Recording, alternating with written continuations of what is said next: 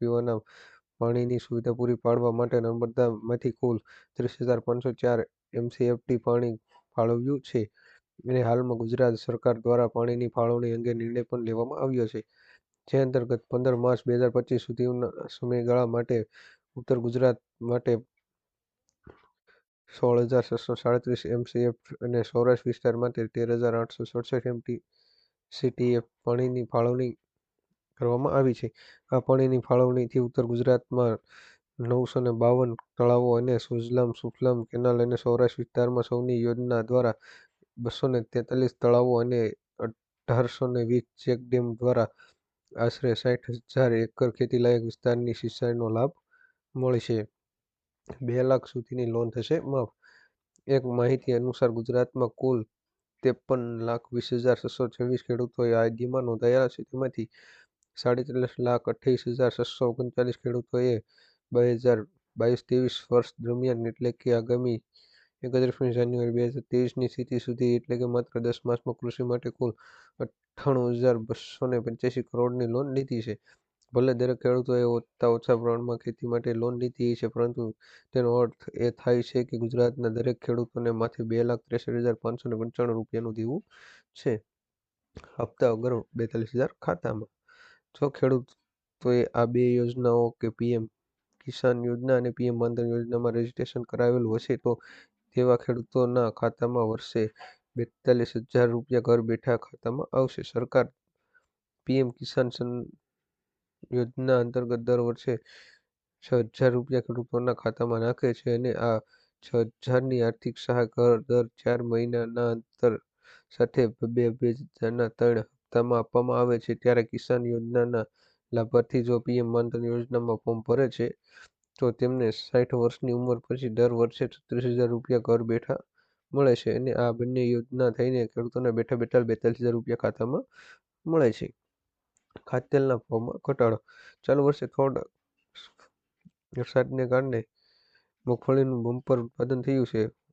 Overall મગફળીની જોરદાર આવકને થવાને કારણે હાલ સિંગતેલના ભાવ જે એક સમયે વધ્યા હતા તેમાં ભાવ ઘટી રહ્યા છે. 3 દિવસમાં જ ડબ્બે 80 રૂપિયાનો ઘટાડો જોવા મળ્યો હતો. ઓઇલ મિલોએ પૂરતા પ્રમાણમાં મગફળીનો જથ્થો મળી રહ્યો હોવાથી કારણે પિલાણ મોટી માત્રામાં થઈ રહ્યું છે. બજારમાં નવા તેલની આવક પણ થવાને કારણે ભાવ ઘટ્યા છે. હજુ પણ સિંગતેલના ભાવમાં આગામી દિવસોમાં ઘટાડો થશે તો નક્કી છે કે ગઈકાલે સિંગતેલ એક ડબ્બાનો ભાવ ₹2,200 રહ્યો હતો. હજુ પણ ₹100નો ઘટાડો થઈ જાય તેવી પણ શક્યતાઓ જોવાઈ રહી છે. વ્યવસાય કરવા માટે મળશે લોન. મહિલા અને બાળ વિકાસ વિભાગ હેઠળ મહિલા સ્વાવલંબન યોજના હેઠળ મહિલાઓને તેમના કૌશલ્ય આધારે સ્વરોજગારી મળી રહે તે માટે બેંક લોન થકી સહાય આપશે. જે અંતર્ગત બ્યુટી પાર્લર, દરજીકામ, અગરબત્તી, તમામ પ્રકારના મસાલા, ભરતગૂંથણ, મોતીકામ, દૂધની બનાવટ સહિત 307 જેટલા વ્યવસાયો માટે લોન આપવામાં આવશે અને આ માટે 2 લાખ સુધીની લોનની જોગવાઈ પણ કરવામાં આવી છે. આજના સૌથી મોટા ખેડૂત સમાચાર.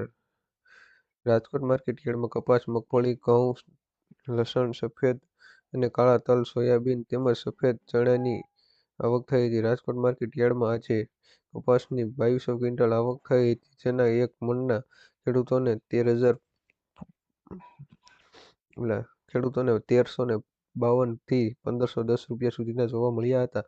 આ સિવાય મગફળીની 2,100 ક્વિન્ટલ આવક થઈ હતી, જેના એક મણના ખેડૂતોને 1,000 થી 1,120 રૂપિયા સુધીના જોવા મળ્યા હતા.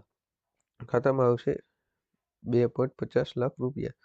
પ્રધાનમંત્રી આવાસ યોજનાના લાભાર્થીઓને 1,20,000 અથવા 1.50 લાખની સહાય મળવાપાત્ર રહે છે. જો કે સરકાર પાસે માટે કેટલાક નિયમો અને શરતો પણ છે.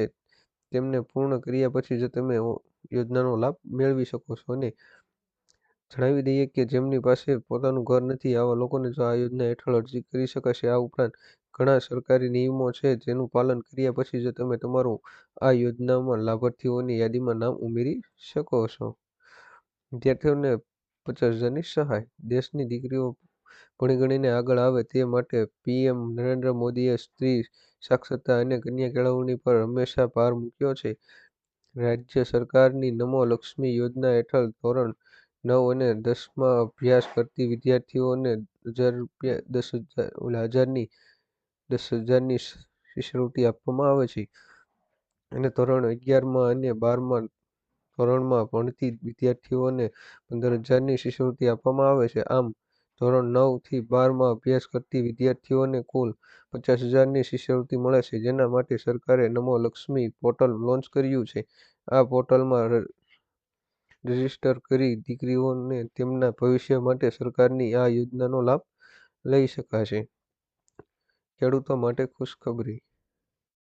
ગુજરાતના ખેડૂતોની આવક બમણી થાય તે માટે સરકાર દ્વારા અનેક પ્રકારની યોજનાઓ ચલાવવામાં આવે છે.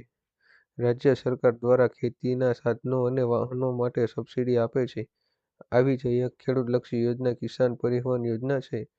ખેડૂતો પાક ઉગાડે છે, પછી તેને માર્કેટ યાર્ડ સુધી લઈ જવા માટે પરિવહન માટે ટ્રેક્ટર જેવા સાધનોની જરૂર પડે છે. ઘણી વખત વાહનોના અભાવે પાક બગડી જતા ખેડૂતોને પાક નુકસાન વેઠવાનો વારો આવ્યો છે. જોકે ઘણા ખેડૂતો વાહક વ્હીકલ પણ વાપરતા થયા છે, ત્યારે આ સરકાર દ્વારા કિસાન પરિવહન યોજના 2024 બહાર પાડવામાં આવી છે. આ યોજનામાં ગુજરાત રાજ્યના તમામ લોકો લાભ લઈ શકે છે. જેમાં નાના સીમાંત મહિલા, SC/ST ખેડૂતોને કુલ ખર્ચના 35% અથવા 75,002માંથી જે ઓછું હોય તે, સામાન્ય અન્ય કુલ ખર્ચના 25% અથવા 50,002માંથી જે ઓછું હોય તેની સબસિડી મળવાપાત્ર રહે છે.